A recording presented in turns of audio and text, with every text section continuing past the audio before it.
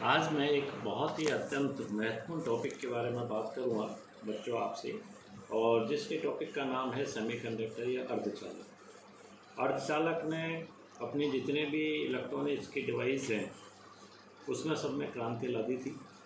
और सन 1948 के अंदर सबसे पहले बार्डेन, ब्राते तथा शार्पले नामक के साइंटिस्टों ने इसके बारे में बताया था और इसको काम में लेके उन्होंने इससे ट्रांजिस्टर का निर्माण किया था। ट्रांजिस्टर एक ऐसी डिवाइस है बच्चों जो अपने कंप्यूटर में या लैपटॉप में या मोबाइल में या जितने भी इलेक्ट्रॉनिक्स आइटम्स हैं उनके अंदर सब में ये काम में लाया जाता है और एक बहुत ही महत्वपूर्ण अपना रोल अदा करता है। एक्चुअली के अंदर ये सेमीकंडक्टर या अर्धचालक होता क्या है, इसको समझाने के लिए मैं आपसे बताता हूँ कि अपने जो परमाणु हैं कुछ, जैसे जर्मेनियम है या सिलिकॉन है, ये चतुर्संयोजी होते हैं। चतुर्संयोजिका का मतलब ये होता है जैसे जर्मेनियम के जो बाहरी कक्षा है, सारे जो इलेक्ट्रॉन की ऑर्बिट्स है उसमें टोटल नंबर ऑफ इलेक्ट्रॉन्स 32 होती है और ये 32 इलेक्ट्रॉन डिस्ट्रीब्यूटेड होते हैं अलग अलग ऊर्जा स्तरों के अंदर। जैसे कि आप जानते हो, पहले ऊर्जा स्तर में 2 इलेक्ट्रॉन आते हैं, दूसरे में 8 आते हैं, तीसरे में 18 आते हैं और बचे हुए जो 4 इलेक्ट्रॉन्स हैं वो अंतिम कक्षा में पाए जाते हैं। ये जो 4 इलेक्ट्रॉन हैं, ये ही 4 इलेक्ट्रॉन महत्वपूर्ण योगदान देते हैं अपना, और ये सारी प्रॉपर्टीज़ पदार्थ की या परमाणु की या अणु की इन इलेक्ट्रॉन्स पे बेस रहती है। यहाँ मैं आपको बताना चाहूँगा कि थोड़ा सा एक ऊर्जा स्तर के रूप में इसको अपन समझने की कोशिश करेंगे कि यहाँ जैसे एक मैंने यहाँ ऊर्जा स्तर बताया है और ये एक जर्मेनियम का है। इस जर्मेनियम में ये स्थित ऊर्जा वर्ग को बताता है। इसमें n=1 में 2 इलेक्ट्रॉन बैठे हुए, n=2 में 8 बैठे हुए, n=3 के अंदर अपने पास 18 और अंतिम ऊर्जा स्तर जिसमें 4 इलेक्ट्रॉन बैठे हुए हैं। इसमें और भी बहुत सारे आ सकते हैं लेकिन बचे हुए 4 हैं अपने पास। तो अंतिम ये जो ऊर्जा स्तर है इसको अपन संयोजी ऊर्जा स्तर बोलते हैं और ये अंदर वाले ऊर्जा स्तर अंत्य ऊर्जा स्तर के नाम से कहा जाता है। नाभिक की सिचुएशन को अपन यहाँ इस तरह से बता सकते हैं।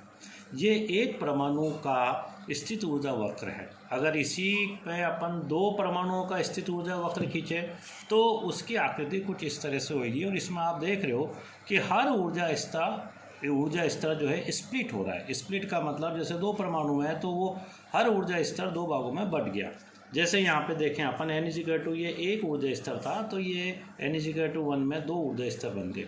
इस तरह से ये हर ऊर्जा स्तर बढ़ता चला गया। 2 से जगह अगर ज़्यादा 3 होते तो 3 में बढ़ जाता, 4 होता तो 4 में बढ़ जाता। तो अपन जानते हैं थोड़ी सी मात्रा के अंदर अपन जो है थोड़ा सा अगर चुटकी भर कोई पदार्थ रहते हैं तो उसमें असंख्य लाखों परमाणु उसके अंदर आ जाते हैं और जो किसी भी ठोस के अंदर ये बहुत सारे ऊर्जा स्तर आपस में पास हो जाते हैं और ऊर्जा स्तर बनके ये एक तरह से एक अपन जिसको कहें एक बैंड बनाते हैं, एक चालन बैंड बनाते हैं, संयोजकता बैंड बनाते हैं। ये बैंड किस तरह से बनते हैं बच्चों, यहाँ वापस मैं आपको बताना चाहूँगा कि जैसे ये जो ईवी बता रहा है ये संयोजी ऊर्जा बंध के नाम से अपन कह सकते हैं, ऊर्जा चालक के नाम से अपन बता सकते हैं इसको। ये सारे जो ऊर्जा स्तर हैं ये इसमें अंत ऊर्जा स्तर वाले सारे इलेक्ट्रॉन्स यहाँ उपस्थित होते हैं। और दूसरा जो चालन बैंड है ये एक्चुअली के अंदर ये खाली रहता है। चालन बैंड और संयोजी बैंड के बीच में अगर बैंड अंतराल 5 इलेक्ट्रॉन वोल्ट या इससे ज़्यादा होता है तो ऐसे सारे पदार्थ को कुचालक बोलते हैं। इसी तरह से यहाँ अपने पास अगर ये संयोजी ऊर्जा स्तर और चालन ऊर्जा स्तर आपस में एक दूसरे से ओवरलैपिंग हो गई। ओवरलैपिंग में आप यहाँ देख रहे हो कि EV तो ऊपर चला गया, EC नीचे आ गया। इस केस के अंदर जो बैंड अंतराल है वो 0 हो जाता है, ये चालन बैंड में पाया जाता है। और ये तीसरा जिसके अंदर जो ये बैंड गैप है बीच वाला, ये बैंड गैप अगर 1 इलेक्ट्रॉन वोल्ट है दोनों के बीच में तो इसे अपन अर्धचालक के नाम से बताते हैं। ये बीच की पोजीशन होती है चालक और कुचालक के बीच में। अपन इस अर्धचालकों के बारे में अपन बात करेंगे यहाँ जैसे मैंने बताया कि अर्धचालक, अब ये अर्ध जो चालक है ये एक्चुअली के अंदर 2 तरह के पाए जाते हैं। एक होता है मतलब नेज अर्धचालक और दूसरा कहते हैं अपद्रव्य अर्धचालक। नेज अर्धचालक का मतलब हो गया इंट्रिंसिक सेमीकंडक्टर। अपद्रव्य अर्धचालक को अंग्रेजी में बोलते हैं अपन एक्सट्रिंसिक सेमीकंडक्टर के नाम से बताते हैं। अब आपको ये बताना चाहूँगा कि इसमें नेज अर्धचालक क्या होता है। नेज जो अर्धचालक है, अगर अपन यहाँ देखें कि जर्मेनियम, सिलिकॉन, और अगर अपन कोई आवर्त सारणी के परमाणु टेबल को देखें अपन, तो ये जो बॉक्स के अंदर जितने भी आ रहे हैं ये सारे अर्धचालकों को शो कर रहे हैं इसके अंदर। नेज अर्धचालक में अब चूंकि अपन जानते हैं चाहे वो जर्मेनियम का परमाणु हो चाहे वो सिलिकॉन का हो, इसके अंतिम कक्षा में 4 इलेक्ट्रॉन होते हैं। अगर आप इनके बंधों को देखें तो ये सहसंयोजी बंध बनते हैं। जैसे ये एक जर्मेनियम का परमाणु है, दूसरे जर्मेनियम के परमाणुओं से या एक जर्मेनियम का परमाणु आसपास जितने भी 4 जर्मेनियम के परमाणुओं से अपने इलेक्ट्रॉनों का आदान प्रदान करके एक बॉन्ड बना लेते हैं, जिसको सहसंयोजी बॉन्ड कहते हैं। चतुर्मुखी संरचना के नाम से ये जानी जाती है। तो ये नेज अर्धचालक के अंदर स्थिति पाई जाती है। अगर किसी वजह से किसी बंध में से कोई एक इलेक्ट्रॉन निकल जाता है, मुक्त हो जाता है, तो यहाँ पर एक खाली जगह हो जाती है जिसको अपन होल या वीवर या कोटर के नाम से बताया जाता है। और इसको भरने के लिए इसके पास वाला बॉन्ड से कोई भी लूजली जो इलेक्ट्रॉन बना हुआ है वो जम करके यहाँ जाता है और यहाँ उसकी जगह होल उत्पन्न हो जाता है। इस तरह ये प्रोसेस आगे चलता है। तो अपन देखते हैं कि इलेक्ट्रॉनों की डायरेक्शन और होलों की डायरेक्शन एक दूसरे के विपरीत होती है। ऐसी स्थिति नेज अर्धचालक के अंदर पाई जाती है। तो अपन ये कह सकते हैं कि भाई नेज अर्धचालक में नंबर ऑफ इलेक्ट्रॉन्स और नंबर ऑफ होल्स दोनों इक्वल पाए जाते हैं, दोनों को बराबर से मिलते हैं। ये तो हुई बात नेज अर्धचालक की। इसी तरह से अर्धचालकों में जो दूसरे होते हैं जो अपद्रव्य का मतलब अपने पास जो नेज अर्धचालक है उसमें कुछ अशुद्धि मिलाएंगे अपन, और अशुद्धि मिला के उसकी क्वालिटी कुछ इम्प्रूव करेंगे। तो अशुद्धि मिलाने पे ये जो नेज अर्धचालक है 2 तरह के अर्धचालकों में बदल जाते हैं, जिनको अपद्रव्य बोलते हैं। एक कहलाता है एन अर्धचालक और दूसरा कहलाता है पी अर्धचालक। एन अर्धचालक वो होता है जिसके अंदर 5 संयोजी अशुद्धियाँ, जैसे फास्फोरस है, इसके अंतिम कक्षा के अंदर 5 इलेक्ट्रॉन आते हैं अपने पास। इसी तरह आर्सेनिक है, एंटीमनी है, ये 5 संयोजी जो अशुद्धियाँ है वो जर्मेनियम में डाली जाती है।